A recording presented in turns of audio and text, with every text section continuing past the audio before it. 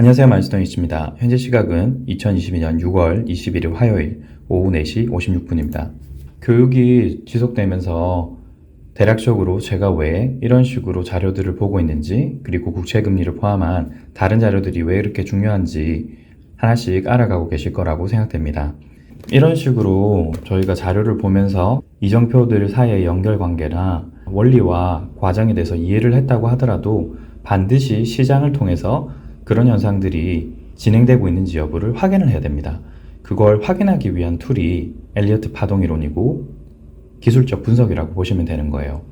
비록 중요도는 교육 내용이 훨씬 높지만 그 교육했던 내용들이 실제로 현재 세상에서 벌어지는지 어떤 식으로 현상이 나타나는지를 확인하기 위한 툴이 엘리어트 파동이론을 포함한 기술적 분석이기 때문에 기술적 분석 역시도 중요하다고 볼 수 있습니다. 다만 비중을 따져보면 원리에 관련된 내용이 훨씬 더 중요하다는 거예요.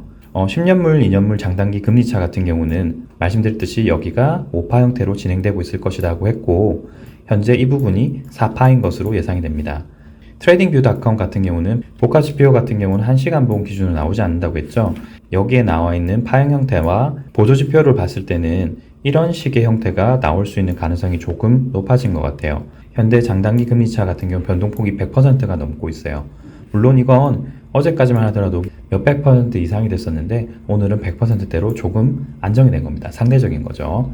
그래서 이런 식으로 4파가 조정이 돼서 조금 올라가려고 하는 신호를 보일 수도 있겠다. 제가 지속적으로 말씀드리지만 이렇게 내려가는 동안 반등을 해볼 수 있다고 했습니다.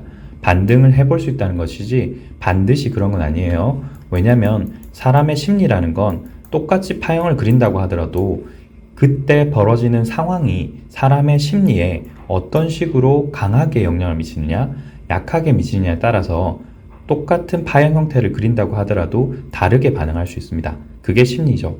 그래서 제가 지금 여기서 말씀드리고 싶은 건 이겁니다. 이런 식으로 추세 분석을 해봤을 때 비록 tradingview.com에서 제가 복합지표를 1시간 봉으로 볼 수 없다고 하더라도 여기가 4파인지를 확인해 볼 수는 있다는 거예요. 이런 식으로 현재 이 두 번째 추세선을 4파의 고점이라고 생각되는 부분에 그었는데 여기서 지금 올라가지 못하고 매도 압력을 한 번 더 받고 있죠. 그래서 생각해 볼 수 있는 겁니다. 뭐라고 생각해 볼 수 있냐면 4파가 이런 식으로 끝났을 수 있어요. 여기 보시는 것처럼 아랫꼬리가 좀 있죠. 그래서 예상을 해볼 수 있어요. 이런 식으로 올라갔다가 내려오고 다시 올라가서 여기서 4파가 끝났을 수도 있겠구나 라고 생각할 수 있고요. 혹은 이런 식으로 4파가 조금 더 올라갈 수 있습니다. 왜?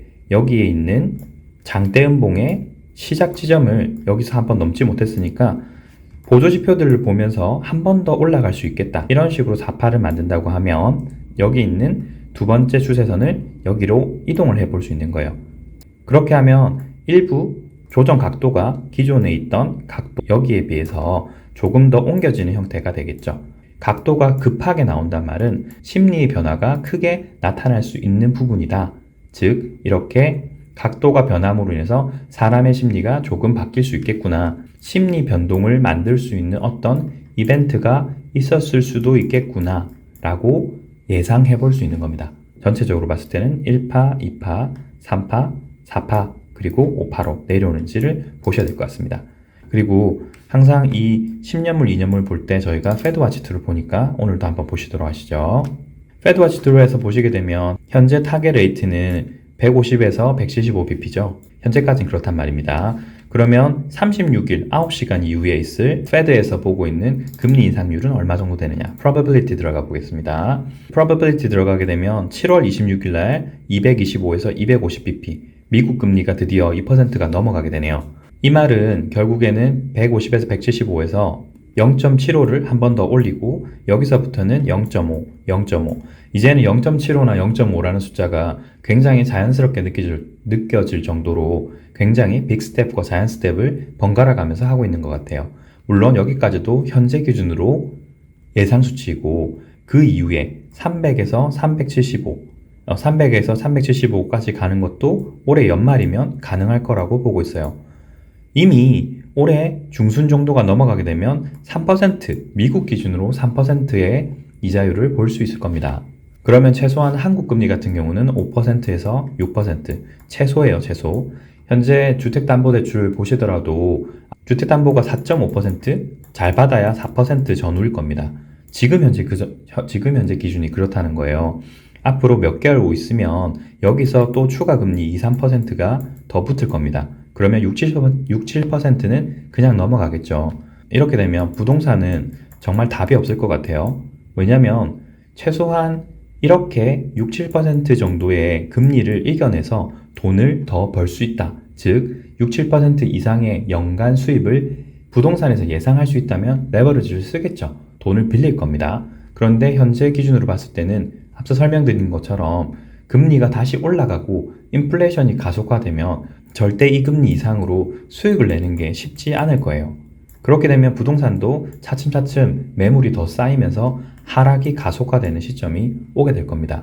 내년 2월달 전후로는 현재 375에서 400p 드디어 4자리를 달게 되는 거예요.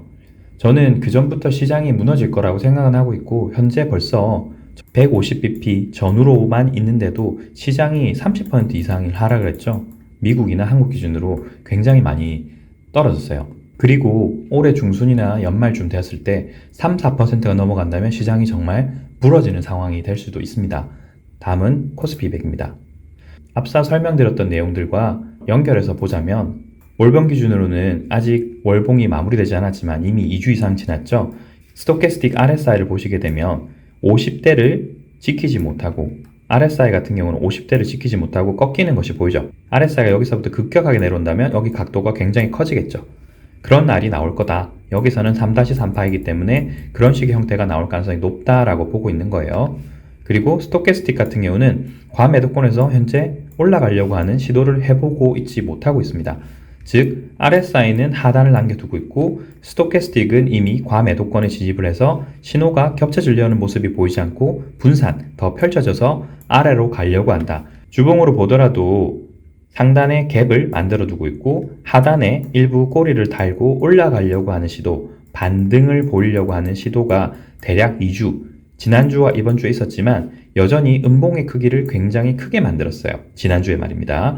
그리고 그 만들었던 크기의 3분의 1 이상도 3분의 1 이상을 돌리지 못하는 상황에서 그리고 주요 저항 지지 구간이라 할 수 있는 323.95를 테스트해 보지도 못하고 아직 여기서 머물고 있어요.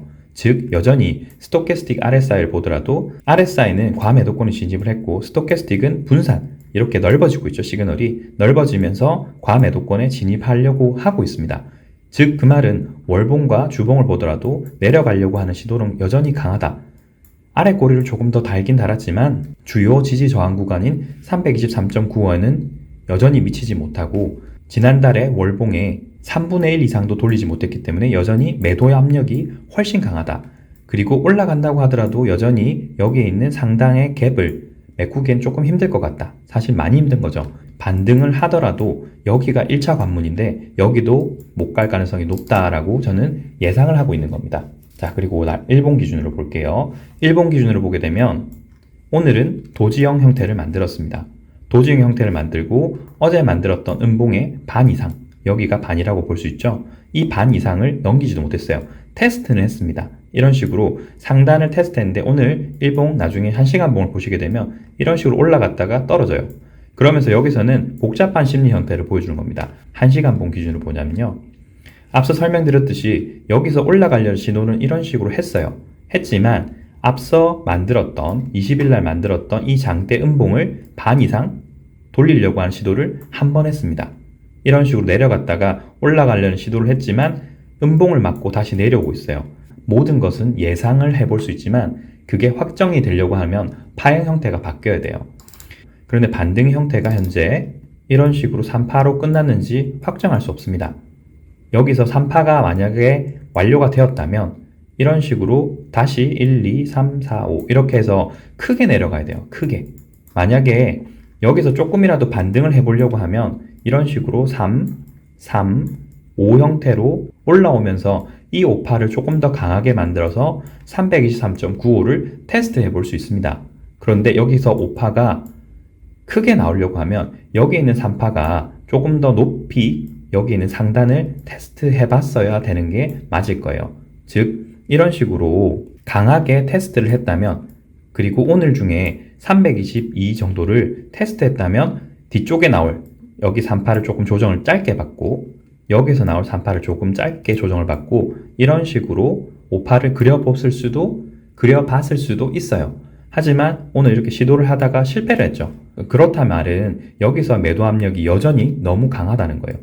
여전히 너무 강하기 때문에 만약에 이런 식으로 내려와서 다시 5파를 시도한다고 하더라도, 즉 이런 식으로 조정을 조금 더 길게 가져간다고 하더라도 5파가 강하게 나올 수 있는 상황은 아니라고 저는 생각을 합니다.